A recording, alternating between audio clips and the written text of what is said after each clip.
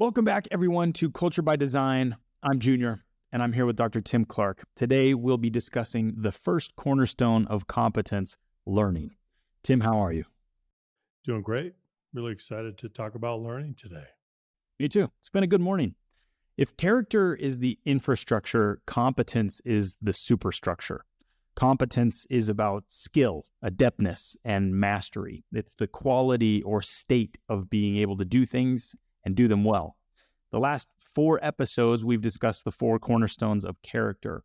If you haven't finished that part of the series, you're welcome to go back. The next 4 episodes, we'll be discussing learning, change, judgment, and vision. Tim, how have you felt about the series so far? I think it's been excellent.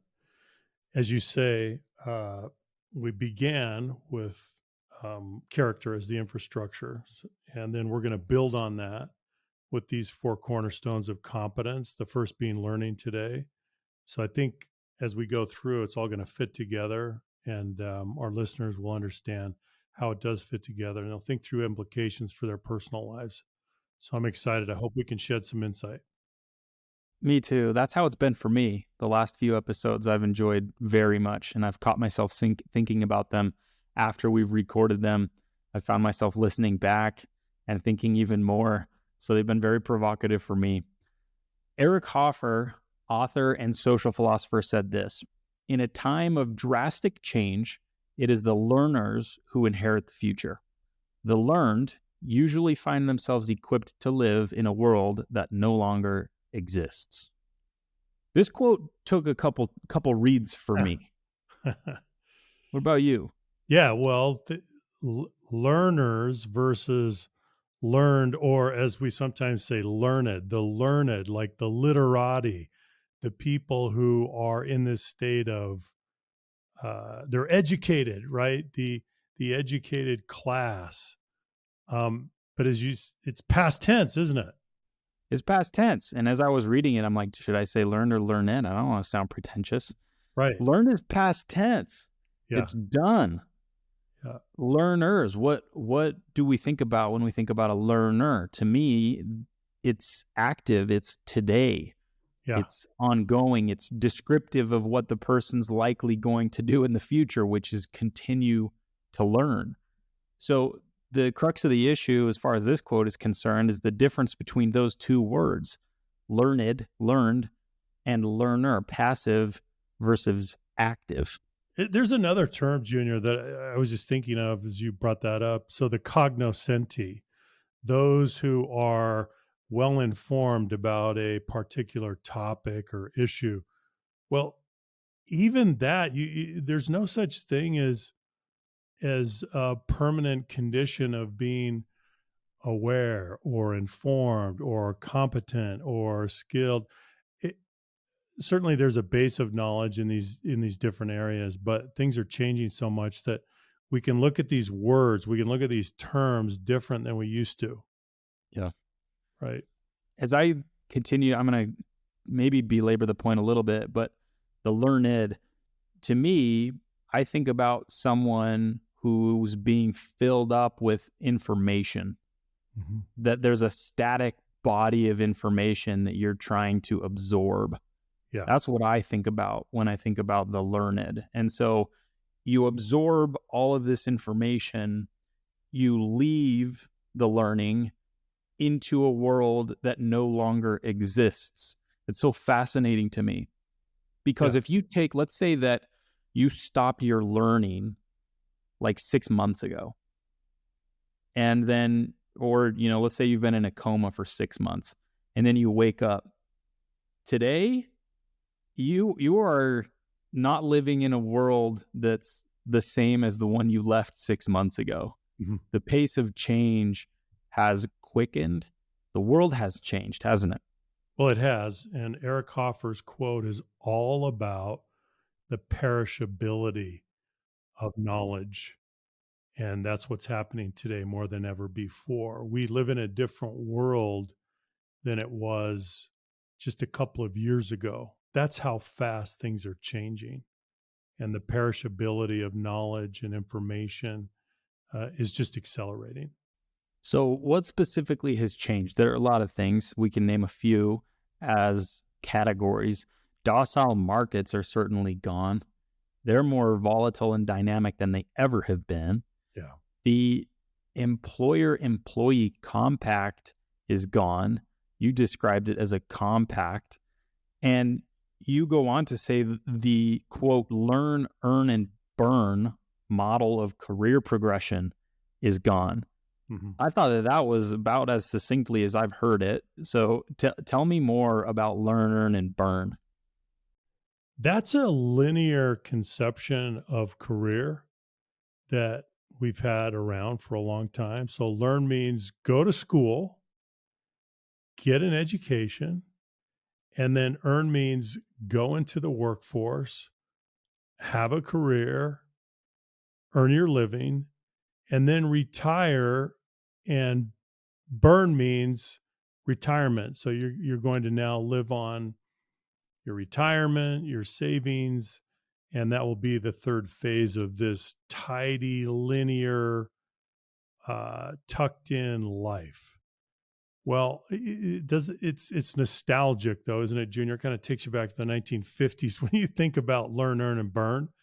But actually, a lot of people still think that way, and it really is so obsolete.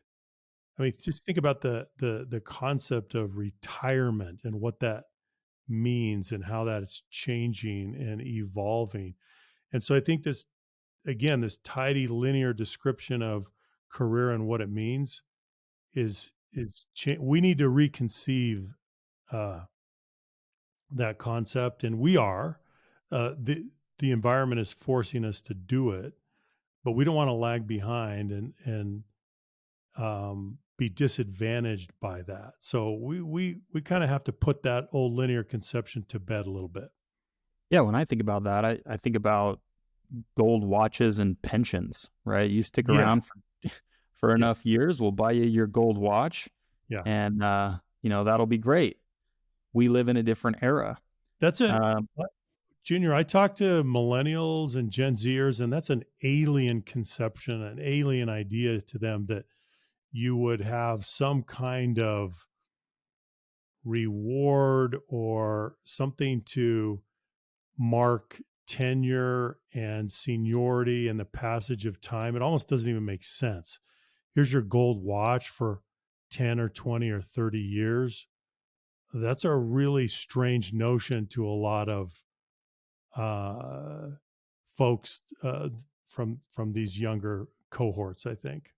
well, and if you take a moment and look at that, the gold watch idea, it's pretty interesting because what is achievement relative to the gold watch? It's time and grade.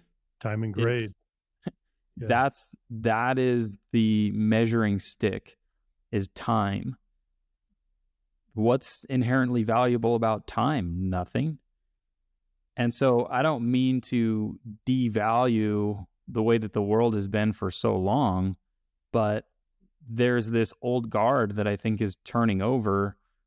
We've been in client calls recently in some organizations where this is still somewhat true, and people go around the table and mention tenure, Yeah. and it's foreign, to even some younger members of our team. I was on a call recently, and going around the room with a client, 20 years, 17 years, 28 years, Yeah. and people are looking around like, what? Yeah. 28 years? And it's foreign. I mean, I think AWS average tenure is like 18 months. It may That's even right. be that or less than that when you look Right. at Amazon collectively. So it's a different world. Yeah. The Gen And Zers are saying why they can't even conceive of it. no, yeah. Because their concept of career is different. Yeah, 26 months is long, let Yeah. alone 26 years. Yeah. So you can't connect with that. And again, it's we acknowledge the way that things were, but we're recognizing the way that things are changing and the environment in which we are working today. And that's very important that we do this.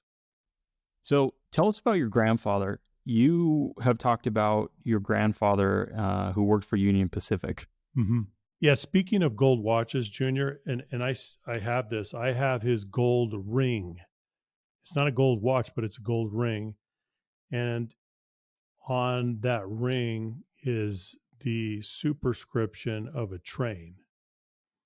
And he received that after, I think it was 30 years of service with the Union Pacific Railroad. So this is my grandfather. What he did is he was an engineer for the Union Pacific Railroad. He operated the locomotives, and he I think his most common run was to go down to LA. He'd go down to drive the trains down to Los Angeles and back. Anyway, he spent more than 30 years with Union Pacific. And here's what's interesting. He never went through an obsolescence cycle in his skill set. He would operate these locomotives that were manufactured by General Electric. And yeah, I think there were some adjustments along the way as new models came out, but fundamentally, he had a skill set that lasted a professional lifetime. And so there was a kind of permanent qualification to what he did. And that's just an amazing thing. And it's something that we don't see anymore. It was something that he did, and he had a wonderful career, but it's an anachronism. It's just not as relevant today. Pretty interesting example, don't you think?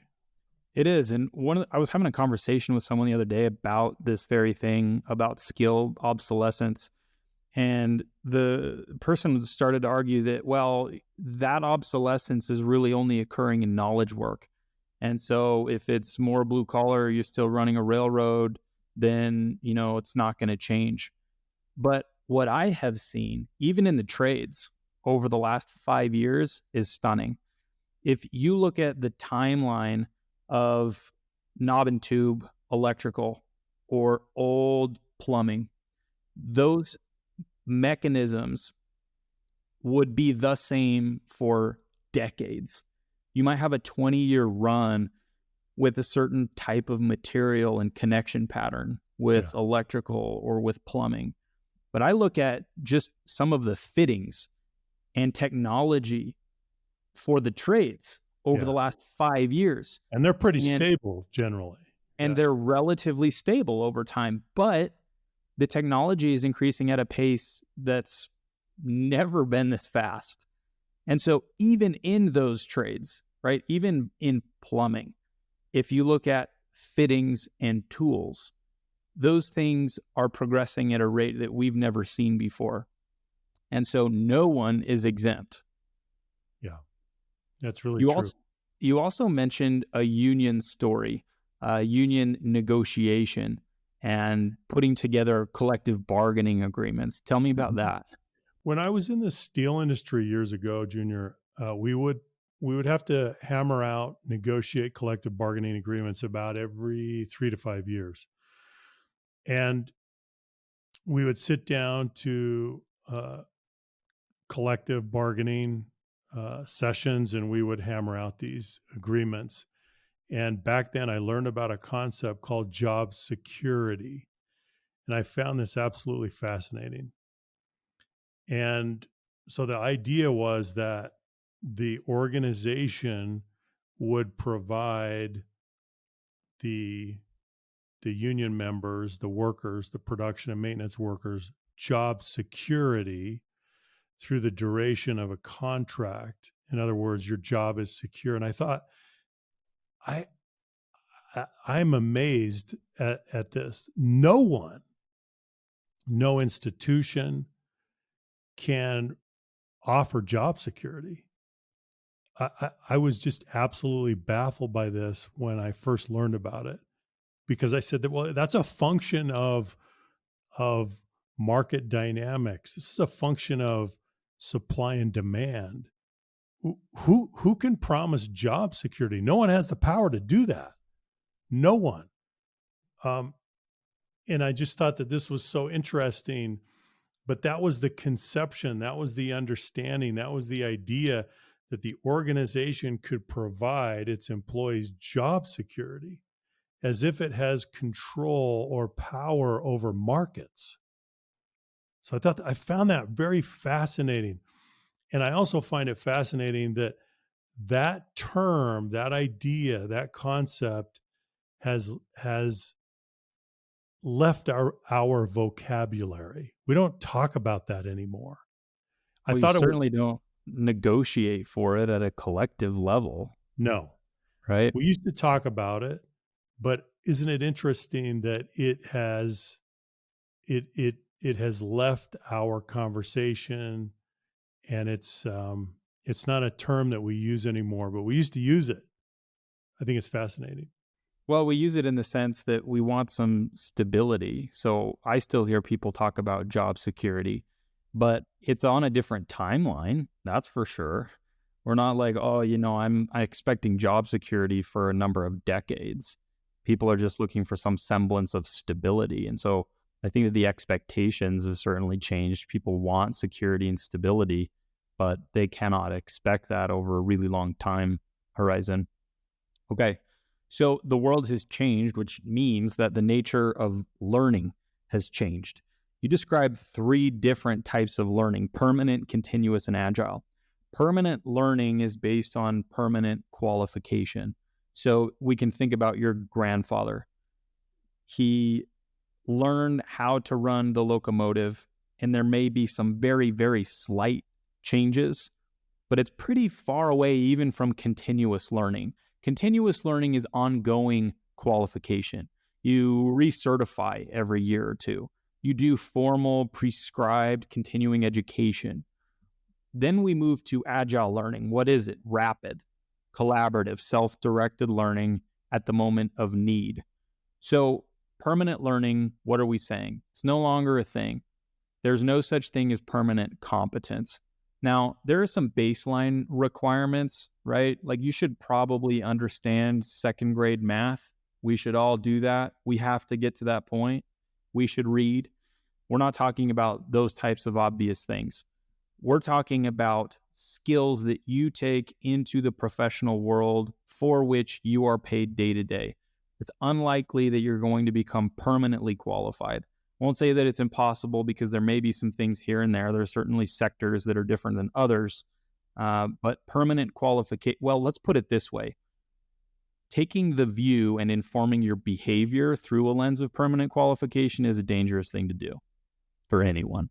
Albert Einstein said, "It is, in fact, nothing short of a miracle that the modern methods of instruction have not yet entirely strangled the holy curiosity of inquiry." What do Wow. you think about that? Well, he's saying that modern methods of instruction are stultifying, and they're limiting, and they're not empowering. They're not teaching people to be aggressive, self-directed learners. Look at instruction in the past. It focused on rote learning, didn't it, Junior? Memorization. What was conspicuously absent was this focus on critical thinking and the transfer of ownership to the individual to do that critical thinking. I think that's what he's getting at. Yeah. Well, I was having a conversation with a few young people just a couple of weeks ago that are in high school, and we were talking about our experience. Now, I'm ahead of them, but not terribly, right? I'm not 60 years ahead of these people. And we were talking about our experience, some of the differences. I didn't have a phone connected to the internet that I could look up whatever, right? We had some pretty basic phones. We could text, and if that phone was shown anywhere in the school, that thing's gone, right? That's not allowed in here. And now they were describing their experience, and phone's pretty much fair game. Anytime, anywhere, any answer is at your fingertips. And the reliance on rote memorization is at least less than it was before. But now you have this learning companion with you at all times. Now, whether or not people use their devices for that purpose is another question, especially in high school. But hey, that's possible in a way that it wasn't before. So let's talk about education for a moment, because I think this is an interesting vein. W.B. Yeats said, I found this quote, "Education is not the filling of a pail, but the lighting of a fire." This, I think, embodies, or I guess reduces some of what we've been talking about, that there's not this static body of knowledge that we fill ourselves with and call it a day. It should be the lighting of a fire. What does a fire need? It needs ignition, it needs fuel, and it needs oxygen. If you get rid of the fuel or the oxygen, that fire dies.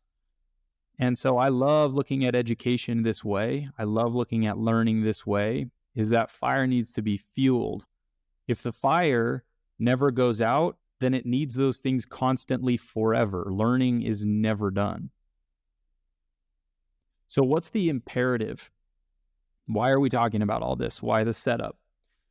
We need to learn at or above the speed of change.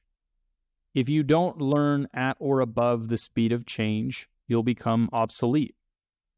This is true organizationally and it's true personally. You agree with this? Well, Junior, I think this is not an overstatement at all. This is not hyperbole. This is an accurate statement. If you are not learning at or above the speed of change, then you're in a dangerous situation professionally. Now, I would say personally too, but this is no overstatement. This is where we need to be. And so this is an operationalized definition of learning agility, to learn at or above the speed of change. And it gives us the opportunity to do some personal reflection and ask ourselves if we're doing this right. This is a diagnostic question for us personally. Are we learning at or above the speed of change? If not, then we really run the risk of being thrust into an obsolescence cycle. That's what we're talking about. Yeah, the essence of this is progression. It's movement forward. Horace Greeley said of Lincoln, he, quote, "gladly profited by the teaching of events and circumstances, no matter how adverse or unwelcome. There was probably no year of his life that he was not a wiser, cooler, better man than he had been the year preceding." I love I, that. I love that quote, because that's the aspiration. It's to get better. It's to see where we are with open eyes and then close the gap between that and who we could be across a week, a year, and a lifetime. And if you use that speed of change as your measuring stick and you see that and you try and stay above it and you do that over a really long time, you're going to get pretty good. Well, So I think what it also says, Junior, is that most learning comes informally. It's not when you're in a structured learning environment, when you're in the classroom, when you're completing your formal education. Most of the learning is going to come outside of that environment. What Greeley's saying about Lincoln is that he realized that there was a curriculum all around him in the events and the circumstances of life. And so what do you need to do? Pay attention, observe, watch, listen, perceive, and then try to understand patterns, try to understand cause and effect relationships. This is what Lincoln did. He was paying attention, he was learning informally because there was a curriculum around him. That's a choice, right? That we all have, but there's a curriculum around all of us in day-to-day life. and what a curriculum he was exposed to. Goodness. Yes. So let's talk about self-reflection for a moment. How do we know where we are? There are a few questions that we can ask ourselves that will help uncover our current learning disposition. Here are four. Do you see knowledge and skills as perishable? Do you believe that learning is where advantage comes from, that it represents the highest form of enterprise risk management, and that the biggest risk an individual or organization can take is to cease to learn? Do you possess deep patterns of aggressive and self directed learning? And four, do you lead by the way you learn? The answers to those four questions should be illuminating. They should shed some light on some of the things we might need to work on. Do you see knowledge and skills as perishable? Hopefully, is the answer to that question. Yes, you need to. Do you believe that learning is where advantage comes from? You need to. Do you possess deep patterns of aggressive and self-directed learning? You need to. And do you lead by the way you learn? This is something that we haven't talked about yet. So we've been talking about individual learning, and we haven't yet talked about the way we help others learn. Why is this question in here, Tim? Why I should we love be this asking question. this? Well, if you're leading by the way you learn, then you're demonstrating curiosity, you're enthusiastic about learning, you're collaborating with others, you're asking questions, you're in a mode of inquiry, you are excited. It's a contagious type of learning that you engage in with others, and you're leading this way, and others are going to pick up on that, and they're going to see your modeling behavior, and they're going to want to imitate that. uh, so we need to think about leadership in a different way. Leadership by the way we learn. And that's not something that we emphasize or stress enough, but I would suggest that increasingly this this is um, this is the way that we influence others when we're leading. They're watching us, and if we embody, if we exemplify, if we model this kind of learning disposition, then what does that do? It increases the learning agility of the team, because what are you doing? You are creating that prevailing norm on your team. You're modeling that, and others are going to follow that example. In order for them to follow the example, they need to see it. And I think that this is an interesting piece of the equation here, because you could be learning, but if you do that only behind closed doors and in private, you're not giving people the opportunity to see the way that you're learning, and you're not leading by the way you learn. So there needs to be this public, available, transparent element to your learning. You need to learn publicly. So what does that mean? That can be risky, especially for a leader, to admit their own ignorance, to say, I don't know, to show the team, hey, there's a knowledge gap here. I'm not sure. I'm going to go close it. But being willing to do that and taking a little bit of a risk, showing a little bit of vulnerability in your learning, I think is one of the most effective ways to lead through your own learning. But I think that distinction is important. People need to be able to see that. And what they're looking at is not someone who has the answers all the time. They need to see someone who doesn't have the answers some of the time, and who admits that and then goes to work to learn the answers, either through collaboration or self-directed learning, right? I think for a lot of people, Junior, to be able to do that, to be able to lead by the way you learn, requires that they unlearn the way or conceptions of leadership that they were taught. So there's some unlearning that needs to precede their ability to lead by the way that they learn. And what do they need to unlearn? Well, what if they subscribe to a leadership model that says, well, I need to be the oracle, I need to have the answers, I need to be the expert? This flies in the face of that. You've got to let go of that. You've got to be in discovery mode publicly with your team, and they have to see that. They have to see the inquiry and the curiosity They have to see that you are struggling and wrestling with an issue. They have to see that you make mistakes. They have to see that you have questions without answers.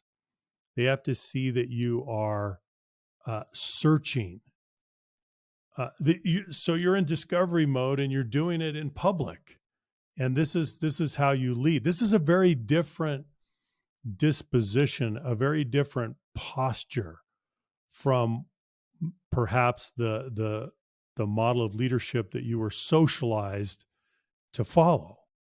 So there may be some unlearning that has to take place. Part of the way that this has affected me is by letting an idea fly before I fully comb all the way through it and make it neat and tidy and wrap it with a bow. I think that that's part of the unlearning that I've had to do at a personal level is I've been rewarded in the past for coming with something fully put together, polished, ready to go. Yeah. And so because that's what I've been rewarded for years and years and years, that's what I've learned to do. What does that mean? It means don't come until all of those things are true. You've thought about it every which way. It's perfectly defensible. And the risk that you're wrong is as close to zero as you can get it.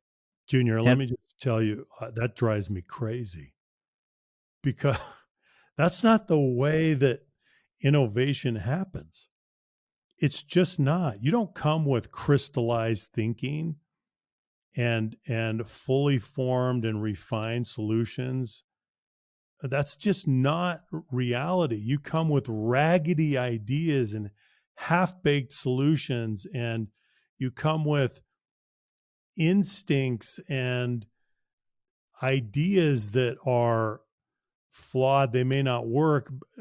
If the expectation is that you come with the refined idea, the finished idea, think about the old conventional wisdom. Don't come to me with questions. Come to me with solutions.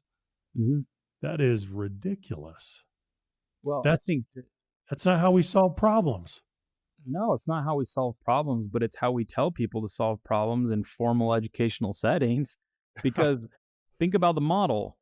What's the model, right? In at least my experience in Western education was I'm going to teach you this thing, and then one of two things. You're going to memorize this thing, and then we're going to have a test, and the answer, your submission is binary. It's right or it's wrong.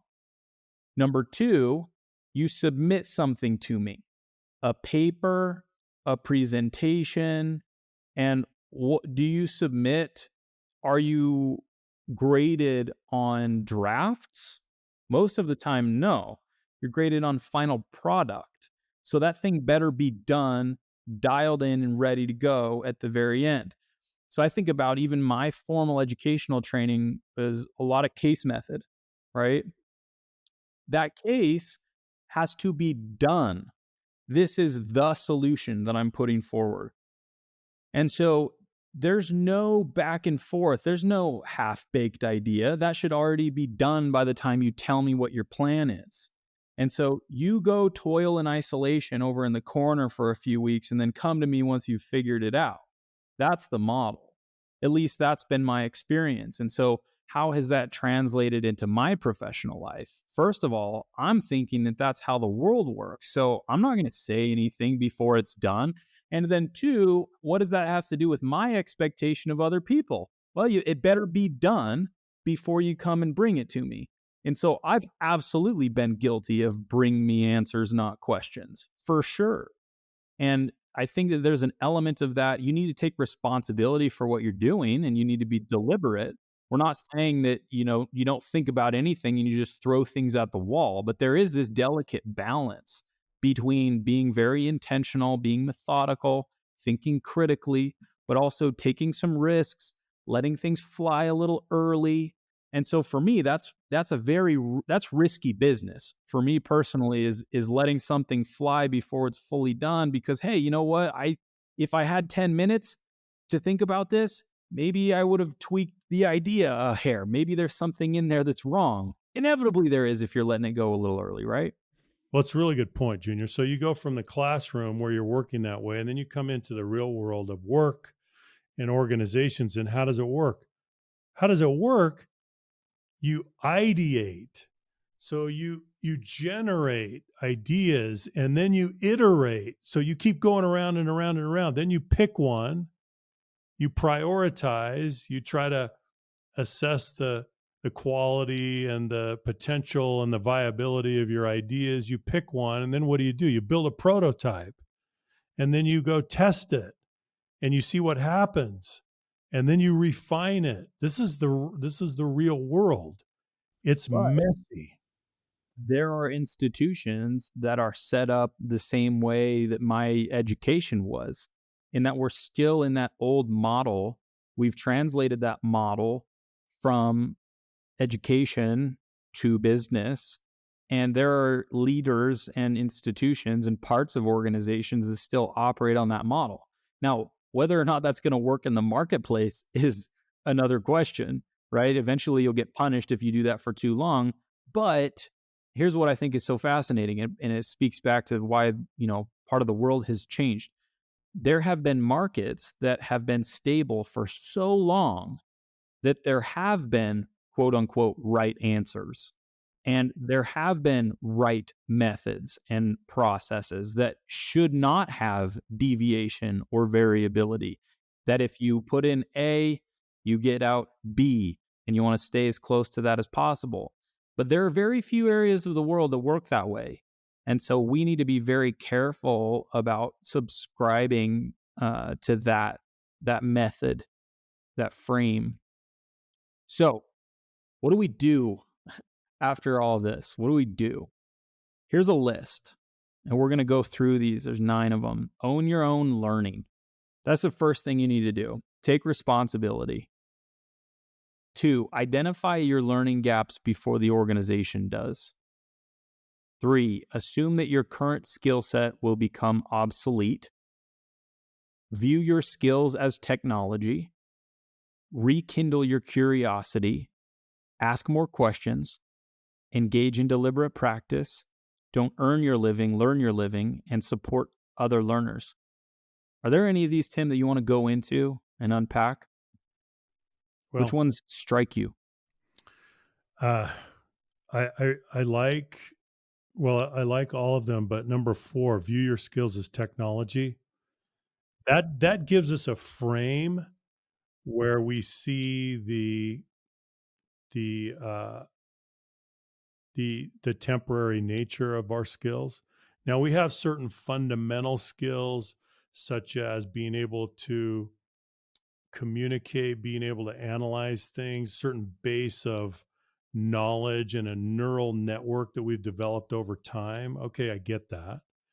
But there's a whole layer of skills above that are changing. And if we view those skills as technology, I think that's really helpful because our expectation is that we have to refresh and refresh and refresh. I really like that. Yeah, I like that too. It makes me think, what am I taking Windows 95 into 2023? Yeah, If I am, we're going to have some issues. right. And then we have at the end support other learners. I think that one is particularly interesting. I want to spend a few minutes talking about what you do, Tim. How do you learn? What are you doing personally to make sure that you're owning your learning, that it's self-directed, that it's relevant and applicable?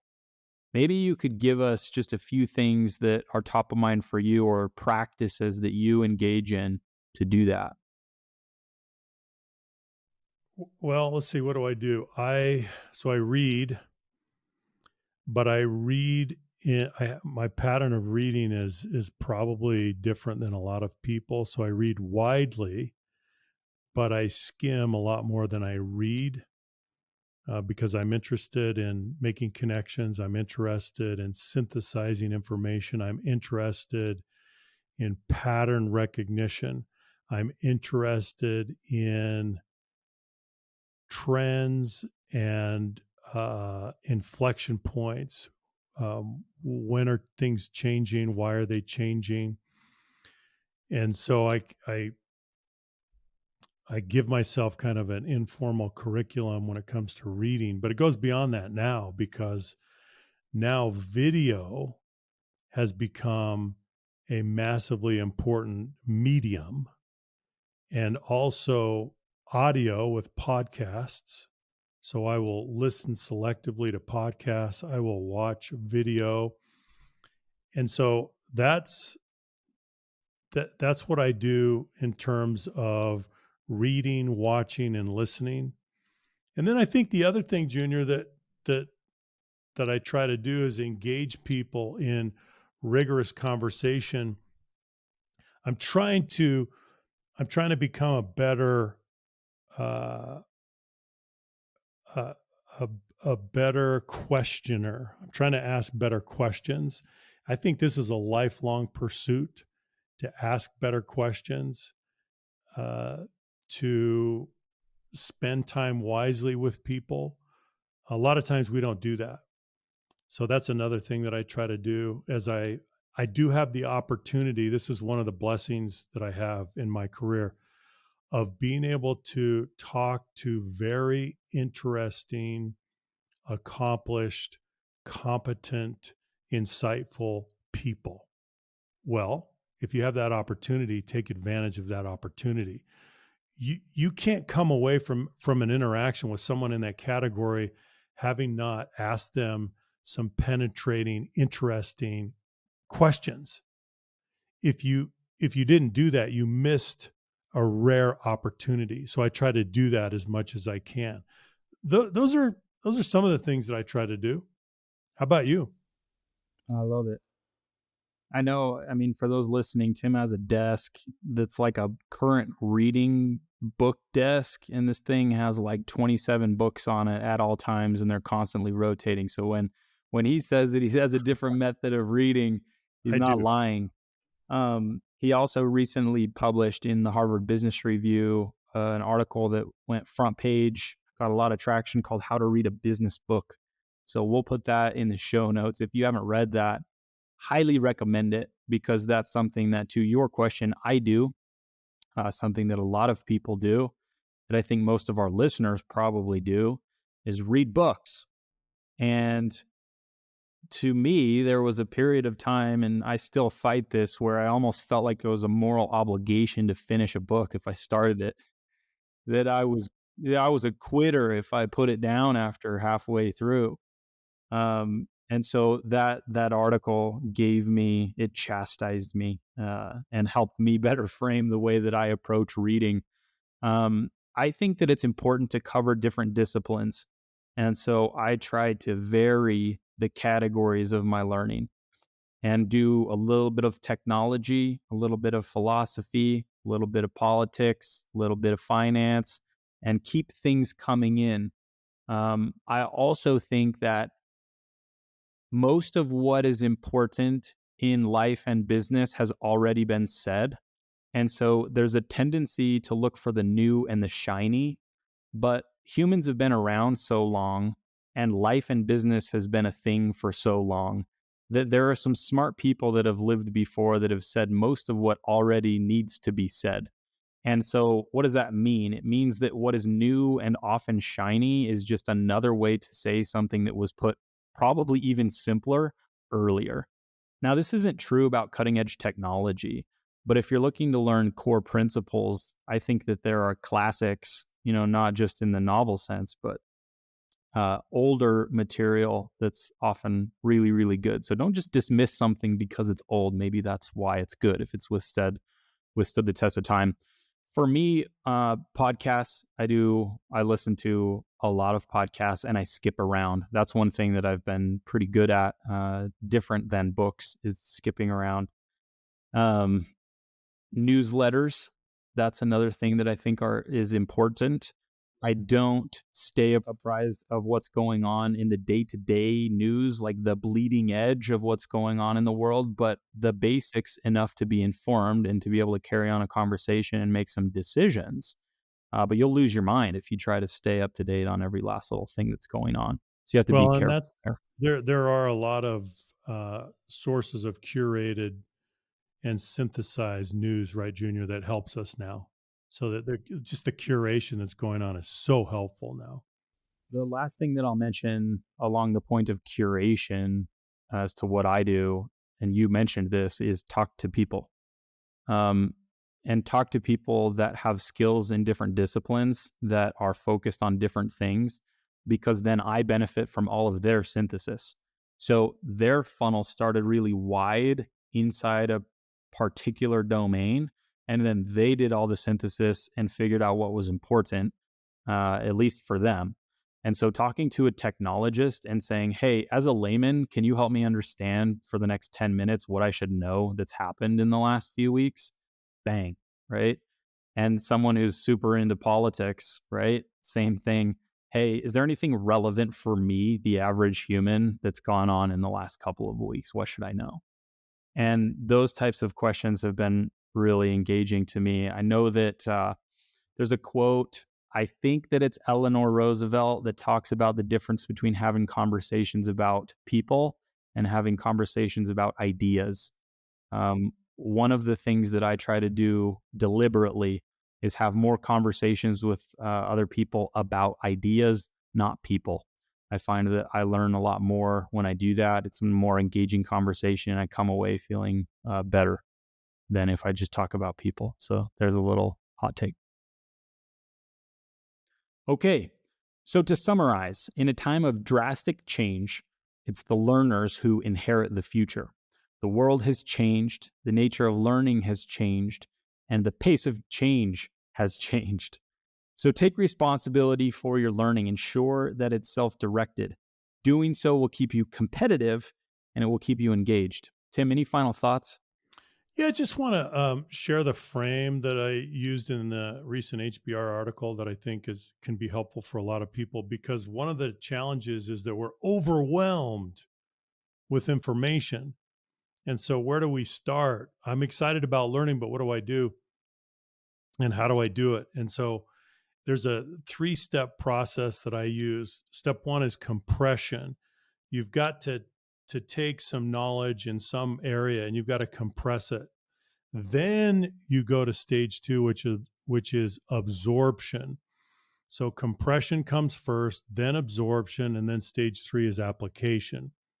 I think that's a framework that can be helpful to a lot of people as they think about learning, which can be overwhelming in today's world. So again, compression, and then absorption, and then application. Love it. Very succinct. Go read the article. Well, thank you everyone for your time and attention. We appreciate your listenership. We're thankful for the work you do in the world, and we are here to support you. If you found today's episode valuable, please share it, leave us a like and a review. We'll see you next time, everybody. Bye-bye.